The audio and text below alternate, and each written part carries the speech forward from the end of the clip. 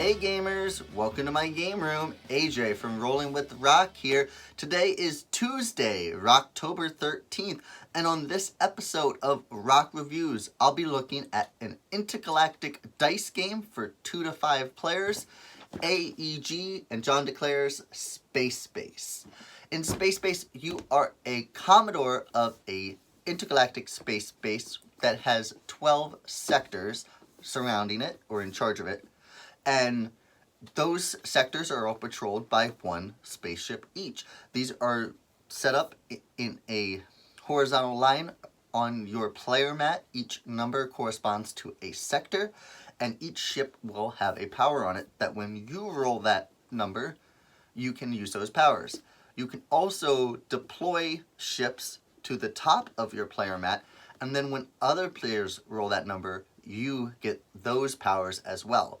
So as the game progresses, not only on your turn, but on other players' turns, when numbers are rolled, you will acquire income, victory points, and other resources and powers to help you build the best space base. Just want to go ahead and give a quick reminder that this is the month of ROCtober. I'm releasing new board game content here on YouTube Monday through Saturday. Monday, Wednesdays, and Fridays are the top 67 board games of all time in 5-game increments. Tuesdays, like today, is a Roc review. On Thursdays, I do a Roc Reacts unboxing video. And on Saturdays, I am joined by my son Remy, and we are looking at some Haba games at the moment. On Sunday nights, over at twitch.tv/rollingwithroc, I am playing live board games, either physically on the table or digitally on the computer. And then throughout the month, I will just be having random streams of Among Us and Fall Guys and maybe even a couple other games. I am expecting to hopefully do a couple of collaborations soon, so look for those down the line.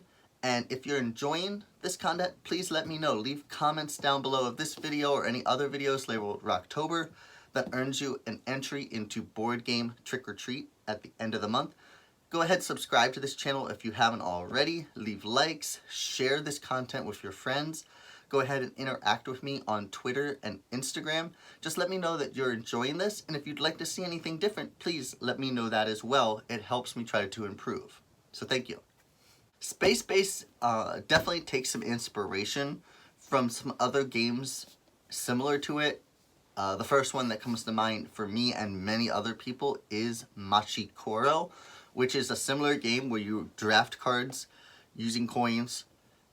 Those cards have numbers on them. When you roll those numbers, you get the text on the card, whatever that may be. So that's a very similar aspect between Machikoro and Space Base. But for a lot of people, Space Base is a Machikoro killer. Now, for me, I still have both games. They are slightly different, but Space Base is definitely a higher game for me, and the biggest reason for that is when you are on other people's turns in Space Base, you still have to pay attention, because as the game progresses and you get more cards deployed to the top of your board, it is increasingly likely that you will collect resources as well on your opponent's turns. And it's crucial to do so. Whereas in Machikoro, while there are red cards that allow you to take from an opponent on their turn, there's not as many of those, and depending on your group's playstyle, you may not even buy those cards.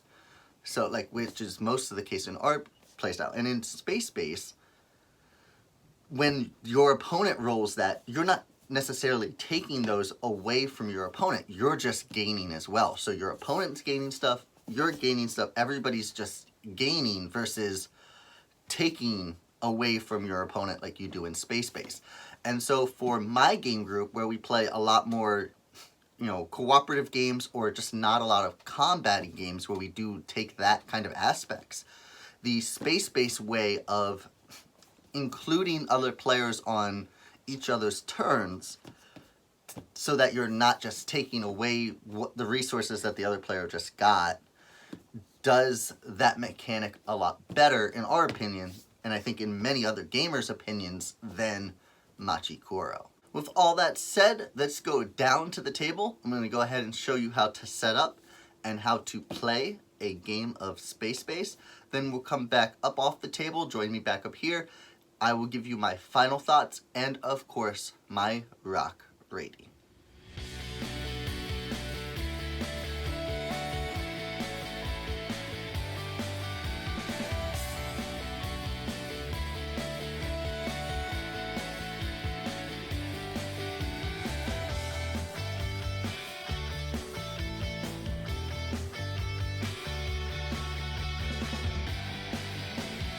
This is the beginning of the setup for a game of Space Base. I only have one player board out just for the sake of saving space on the camera.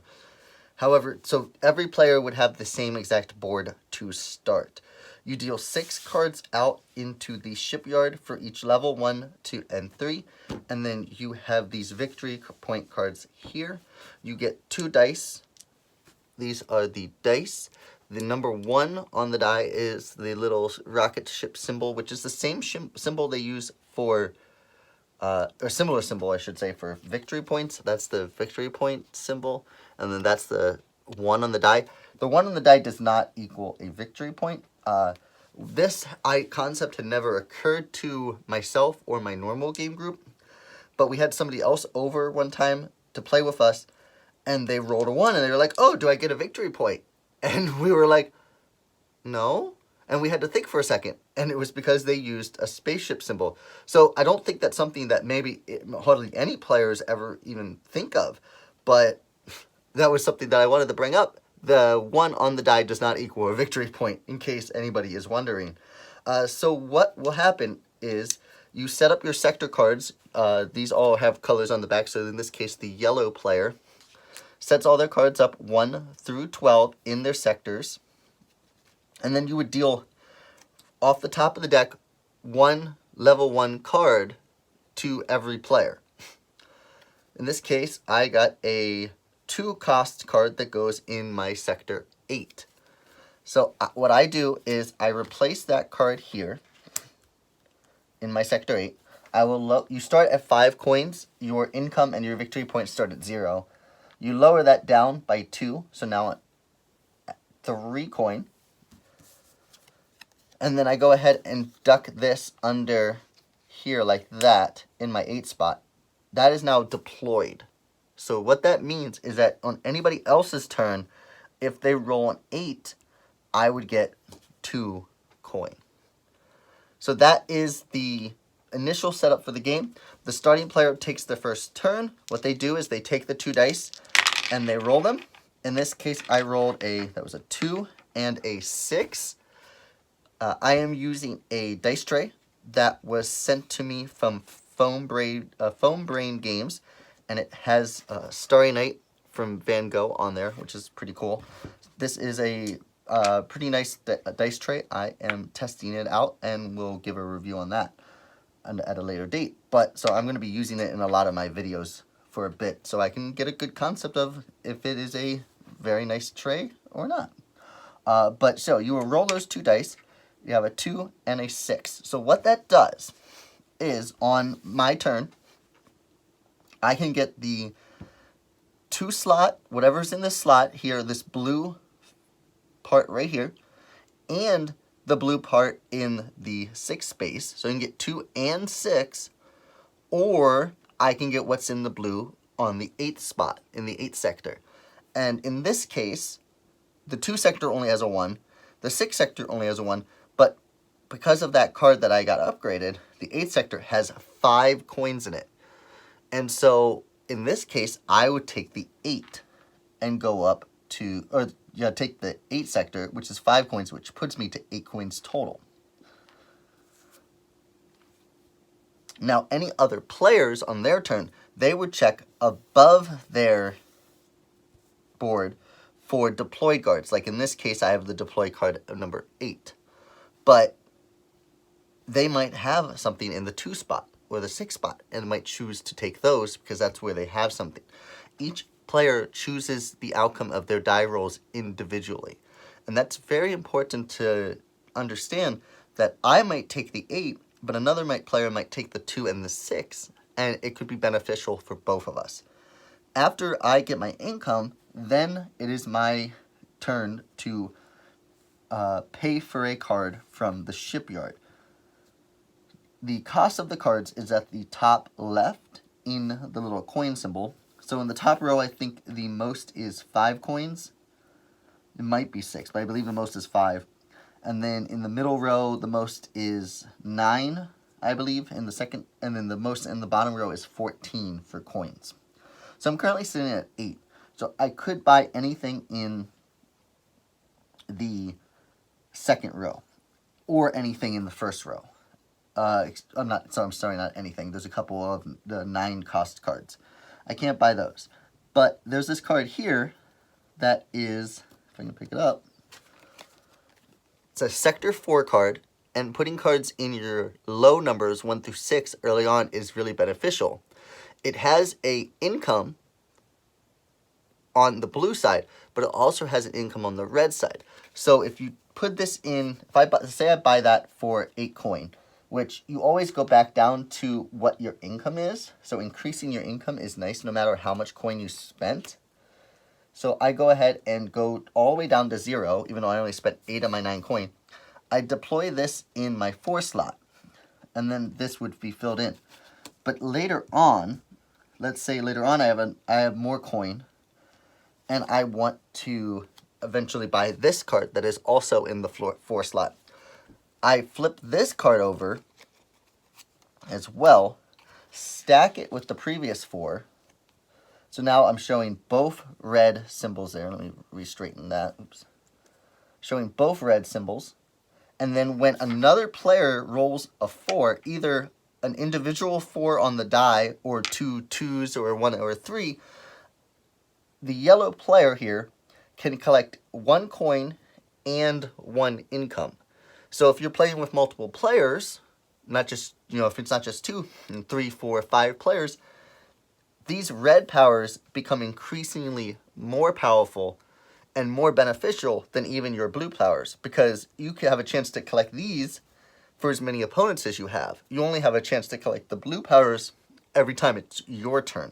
So there's really a balance to this game, and the game slightly changes depending on if you're playing a 2-player game where it's equal between the amount of times you'll be rolling for yourself or your opponent, and then anything more than that. We usually play at a 3-player game, so it's 2 opponents' turns versus 1 of your turns. But if you were playing at a 4 or a 5-player game, the red powers become much more advantageous because your opponents are rolling that much more. So you keep doing that. Anytime, so let's say when that rolled, I would get 1 coin, and then I move the green cube up, and that's income. So if I eventually get all the way up to, say 15 coin and 5 income, when I spend coin on a turn, I only go all the way back down to 5, because that is my base income for the turn.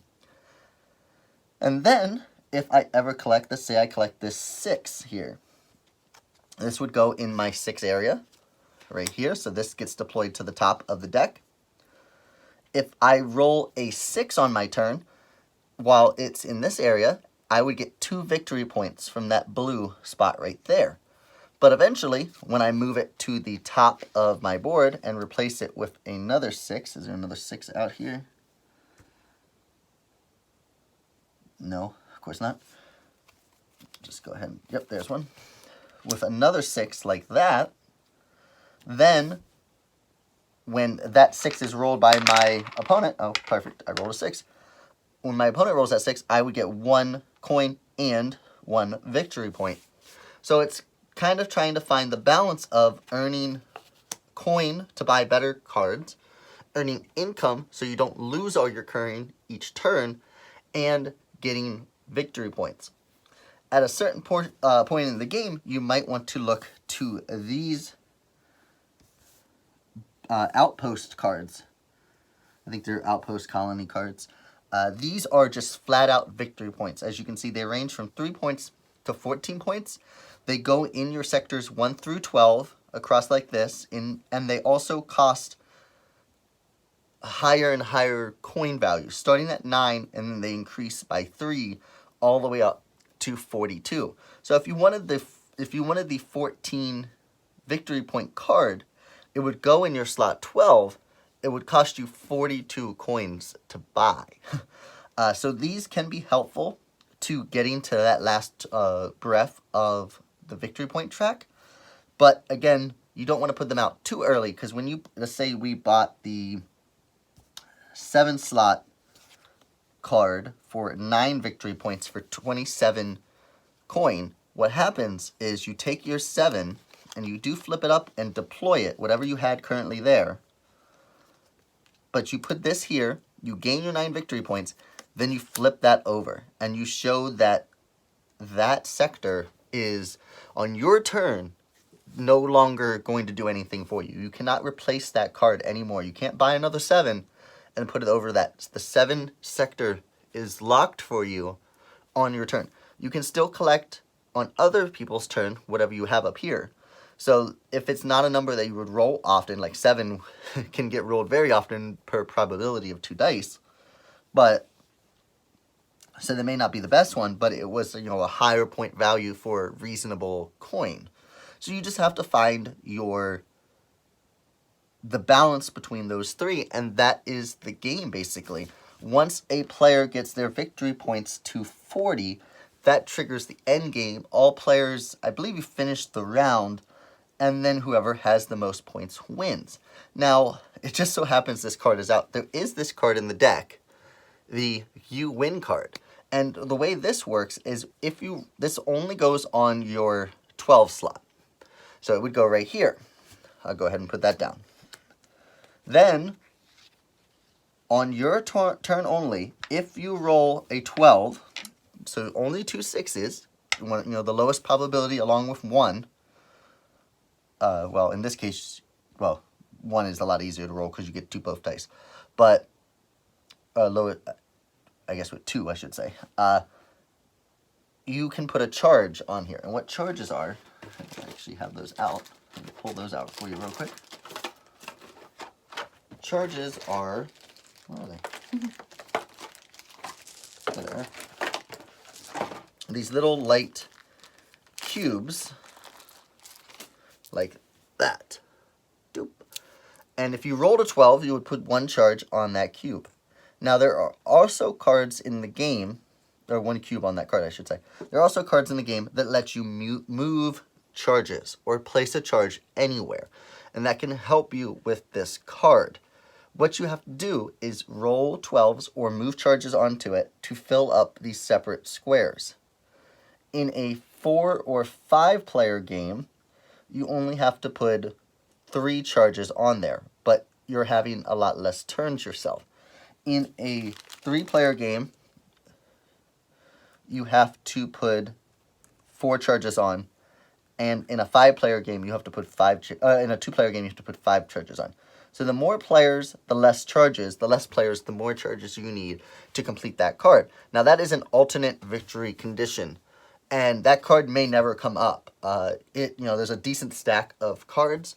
It may never even show itself. But I have heard of ways from other game groups that finding that card has led to victory. We've never achieved victory with that card in my game group, but I have heard from others that it can. So that is just a couple of the different things you can do. There's cards that have powers, like claim 1 level 3 card and 1 level 1 card if you roll that, which on that case, that's an 11.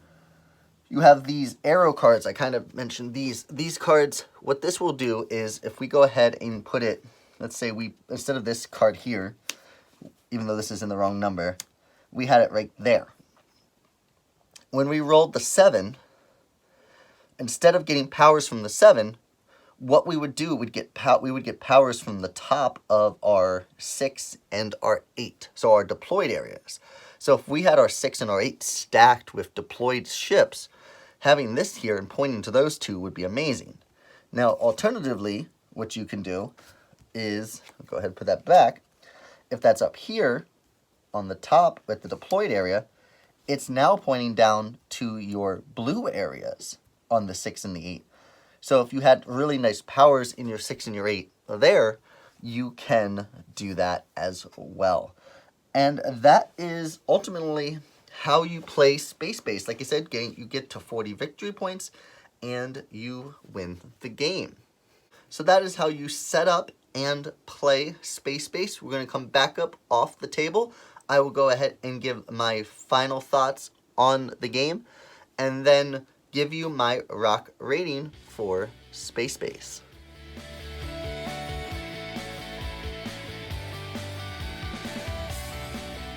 Now that you've seen how to set up and play Space Base, it's time for my final thoughts on the game.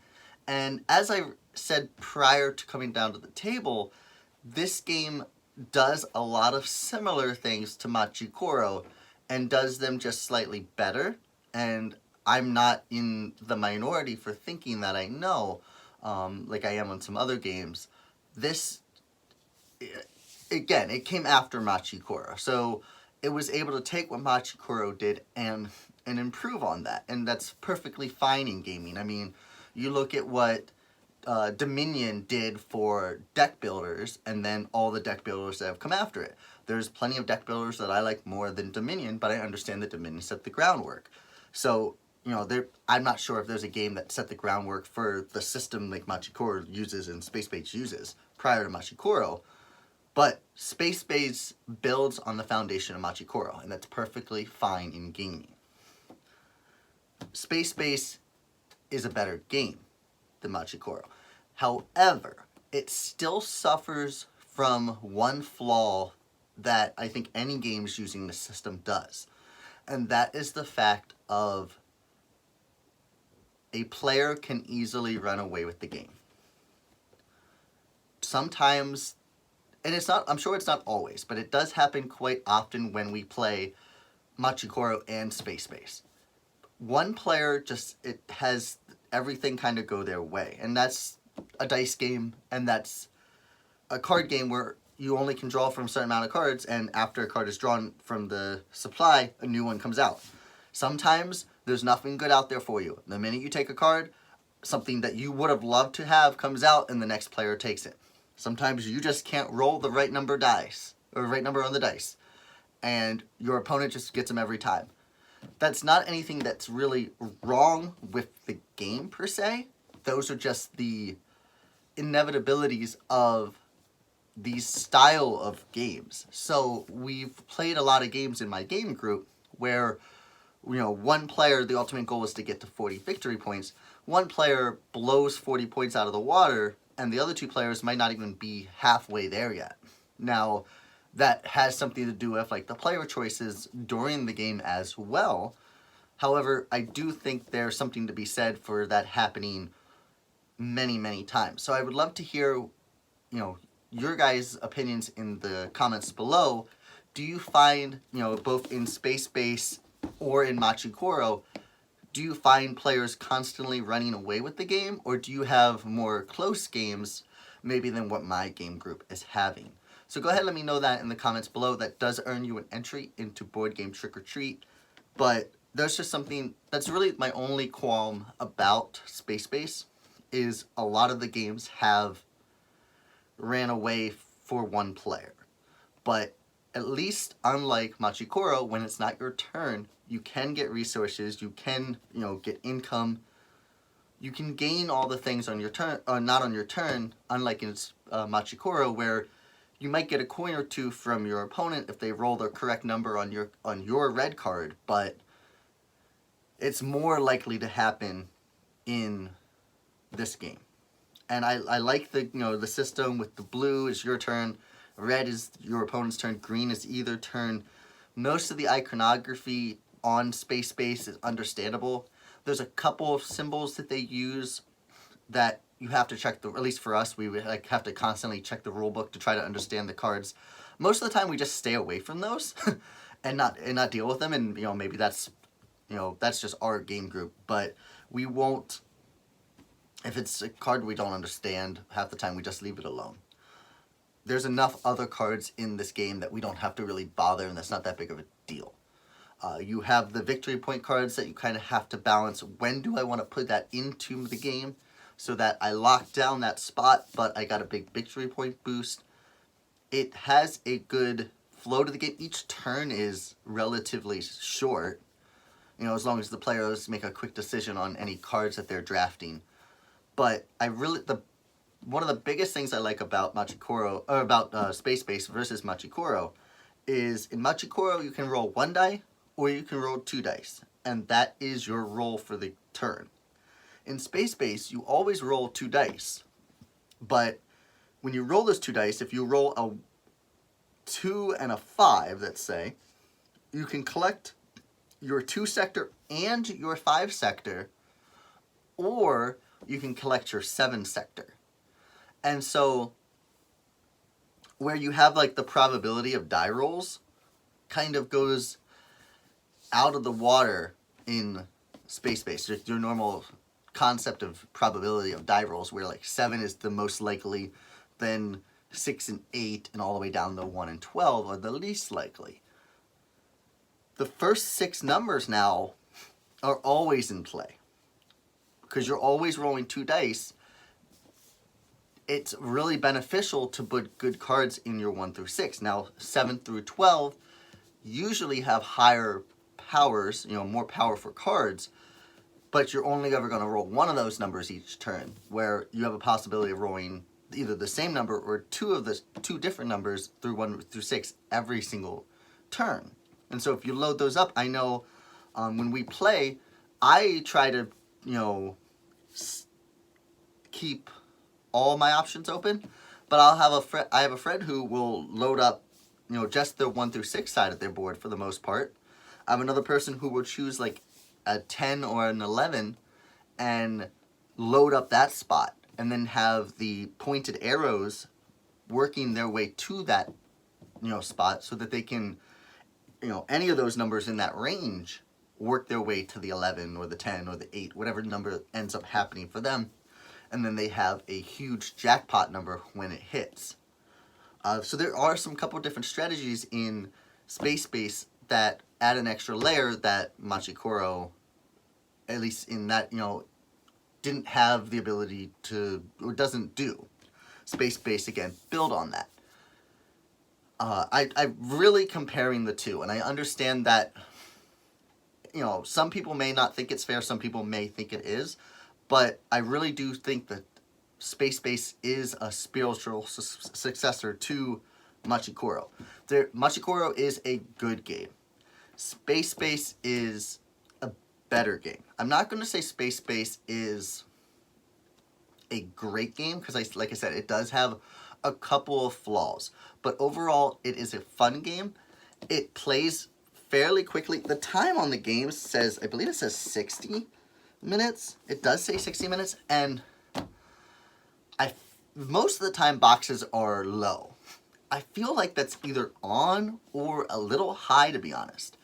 If everybody's not taking a long time trying to decide on what to do on their turns, you can definitely play this in under 60, and that's nice.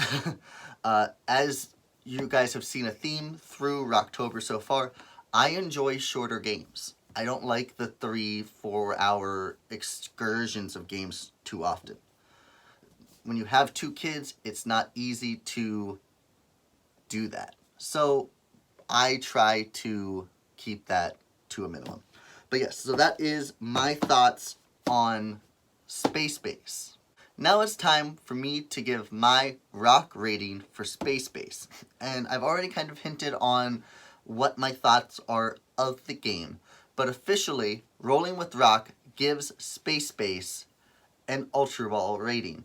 And this is a low Ultra Ball rating in this case. Ultra Ball on the BGG scale is an 8 or 9, so both very high.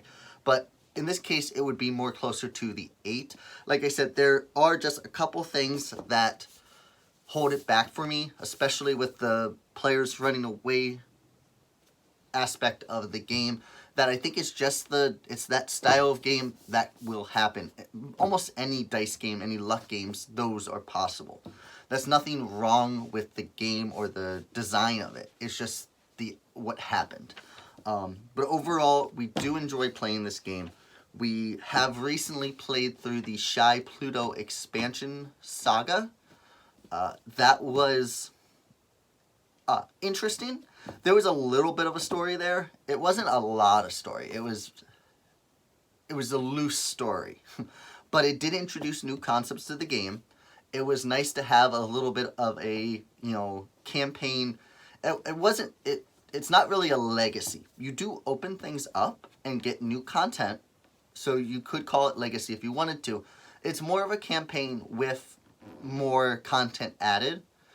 Very similar to, I would say, on a much smaller scale, Rise of Fenris for Scythe, where, it's a campaign, it's not a legacy, but you do reveal new content, you are playing different scenarios, you are trying to achieve maybe a different goal each time, and they have triggers. We played through that entire saga, so that is done, and we do have the command station box. I don't have this in there right now, because we own it, but we haven't officially gifted it yet. So it's not into the collection. It's still waiting. And then I believe that they're going to be adding more content for Space Base down the line. I just don't know exactly when that will be. So I look forward to seeing that and seeing if any of the new content that's added tries to, mitigate the runaway aspect at all. I'm not really sure how you do that. If I knew, maybe I could probably make more money than I do now if I could figure that out. But the Shy Pluto, while it added some more stuff, and I like that it added some new things, especially it added a new set of dice that you can use charges to roll these new clear dice, and only you get those extra die rolls, which is a cool additional ability. I really like that. But it didn't really change, and these are the kind of expansions I like. It didn't really change the game. It just added a little bit more content too. So I do appreciate that. I do enjoy that. And overall, we do enjoy Space Base, and hence that's why it got the Ultra Ball rating. That will do it for this episode of Roc Reviews Space Base. Join me tomorrow, Wednesday, ROCtober 14th, for the top 67 board games of all time, number 40 through 36. Tomorrow is actually also my birthday, so I'm very excited for that. On Thursday, I will be doing a Roc Reacts unboxing video. Friday, we'll continue the top 67 countdown, and Saturday, my son will be back. We will be playing and reviewing one of Haba's My Very First Game series, Go Go Little Penguin. So I hope you join us for all of those videos as well. Thank you once again for viewing all of my ROCtober content. It is greatly appreciated. If you're enjoying what you see, please go ahead, leave this video a like. Subscribe to the channel if you haven't already, and leave a comment below. It earns you an entry into Board Game Trick or Treat. And if you would be so kind, please share this content with your friends. Every time you share this, it helps get new eyes on my channel, helps me grow, and eventually will be able to help me create even better content for you guys in the future. So thank you guys so much for viewing this. Thank you for sharing, for leaving likes and comments. It means the world to me. I really appreciate you coming on this month-long journey with me. And then once we're out of ROCtober, we'll set a new schedule, see what we can do, and keep this content churning along. So thank you all so much. And with that, we will see you tomorrow for more top 67 games of all time. I'm AJ from Rolling with Roc, and you're watching ROCtober.